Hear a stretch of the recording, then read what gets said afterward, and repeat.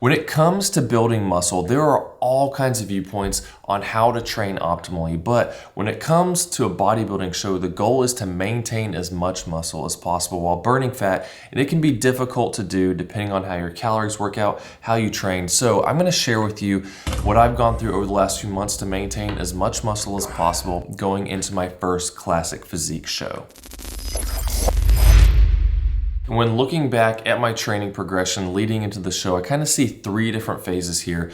And we start out with just training hard before we even get to the diet. So optimizing your training, having some kind of split where you're hitting every body part, ideally twice a week, so that you're building as much muscle as possible, stimulating that growth twice a week, letting it recover, doing it again, progressively overloading. So what does that mean? I'm always shooting for one more rep or a little bit more weight every time I go to the gym. I'm training in rep ranges, say like 6 to 8. When I hit 8, I go to 6, again, bump the weight up. There's all kinds of different ways of progressive overload. I have a video on it you can check out that'll help you out. So you need to make sure you're doing that and training hard. For me personally, I like doing a 3-day split. So I do legs, push day, pull day, and then on the 4th day, I don't rest.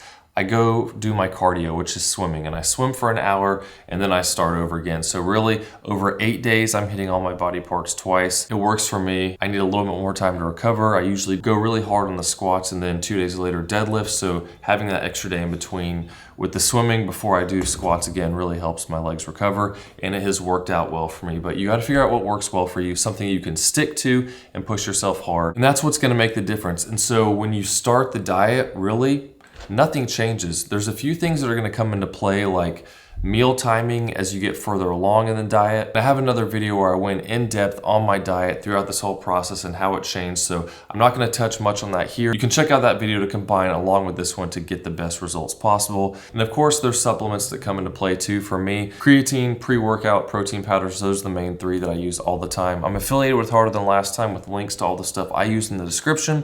So if you want to help out the channel, you can check that out. But really, there's no specific brand you need. Just find something that works for you, that you like, that you'll stick to, and that's gonna help you out. And the whole idea with training into a bodybuilding show is to minimize the muscle loss while maximizing fat loss. So you don't need to train any differently. You don't need to go from training heavy for fewer reps to all of a sudden training lighter and doing a whole lot more reps. You can do the same thing. You just have to make sure you're continually pushing yourself harder. And for me, I kept progressively overloading. I was improving on all my lifts all the way up until about 4 weeks out from the show. So you're pushing yourself hard, it's getting harder, you are getting tired, you're in a deficit, you start feeling it. And when you do initially start feeling that, for me, the first 3 weeks, it was no big deal because I just started switching to more and more lower calorie dense foods so that I felt more full and I wasn't feeling hungry. I didn't feel a hit on my energy in the gym.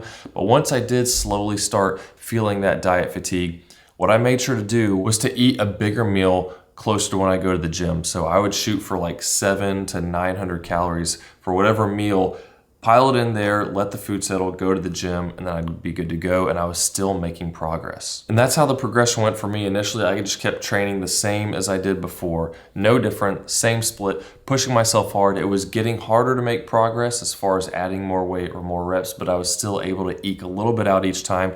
You just got to really dig in deep mentally and push yourself. But then I got to the point where things started getting a lot harder and I had to change up my split. So in phase 2, I adapted and I changed to a lower upper body split, partly because I needed to add in more cardio because my weight loss was slowing, and cardio is the easiest way to bump up those calories really high, especially when I was swimming for an hour, pushing myself hard, and that burns a lot of calories. And also walking more, diet fatigue setting in. So I was hitting the gym fewer days a week, but I was still hitting every body part. And I changed up some of the lifts that I was doing. So for instance, my leg day pretty much looked exactly the same. In my upper body day, I just combined chest and back, and I took out deadlifts completely because it is really taxing. I have a crooked lower back that's been giving me problems for years, but as I've been training, I haven't had issues with it. I've been able to recover, but with being more tired, more prone to injury, less fat on your body, you're more likely to get hurt. And so I wanted to make sure that didn't happen going into the show. And I just took out deadlifts and I started doing supersets back and forth between chest and back so that my workout didn't take a whole lot longer than it already did. And at this point, I stopped trying to hit PRs. I stopped trying to progressively overload. And my new goal was to maintain the strength I had. So I keep track on my phone of my leg push and pull days. And what I did was went to the gym and I tried to hit those same numbers. Sometimes I might get one more rep on something, but I was not gonna add any more weight at this point. My goal is just to continue hitting those numbers. And I did the whole way through. The problem was it was getting harder and harder to hit those numbers. So it felt like I was progressively overloading still, because I feel like I don't have as much energy. Like I was bench pressing just the other day, unracked it 225, and didn't feel particularly heavy, but I did the first rep and it just felt like, it's hard to explain, like there was no energy in my arms or my chest. Like I was just drained. Even though I ate my meal prior, maybe it wasn't a big enough meal, but you're gonna get to a point when you get really lean, it gets really hard, and you just gotta push through and do what you can. So for 3 weeks, I just kept hitting those same numbers. I maintained my strength, really focused on good contractions, and it worked out for me. It was getting harder and less motivating to hit the gym during those times because I like to push harder. I like to improve. I've been doing that for years. And you got to change your mindset and think, okay, this is only for a short time.